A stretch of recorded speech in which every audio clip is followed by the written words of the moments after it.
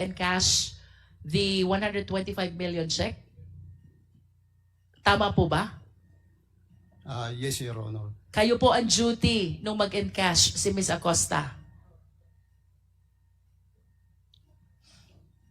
Ako po yung duty pero hindi ko po maalala si Miss Acosta kasi normal po na maraming nag-withdraw po. May naaalala po ba kayo na nung December 20 may tinulungan kayong kliyente para bitbitin ang bag?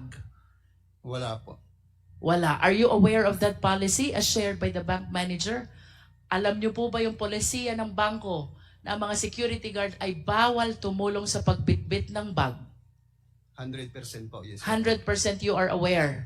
Opo. At kung humingi po ba sa inyo ng tulong, kunyari lang, si Ms. Acosta, pakitulungan mo nga ako, bitbitin natin itong bag, ikarga natin sakyan.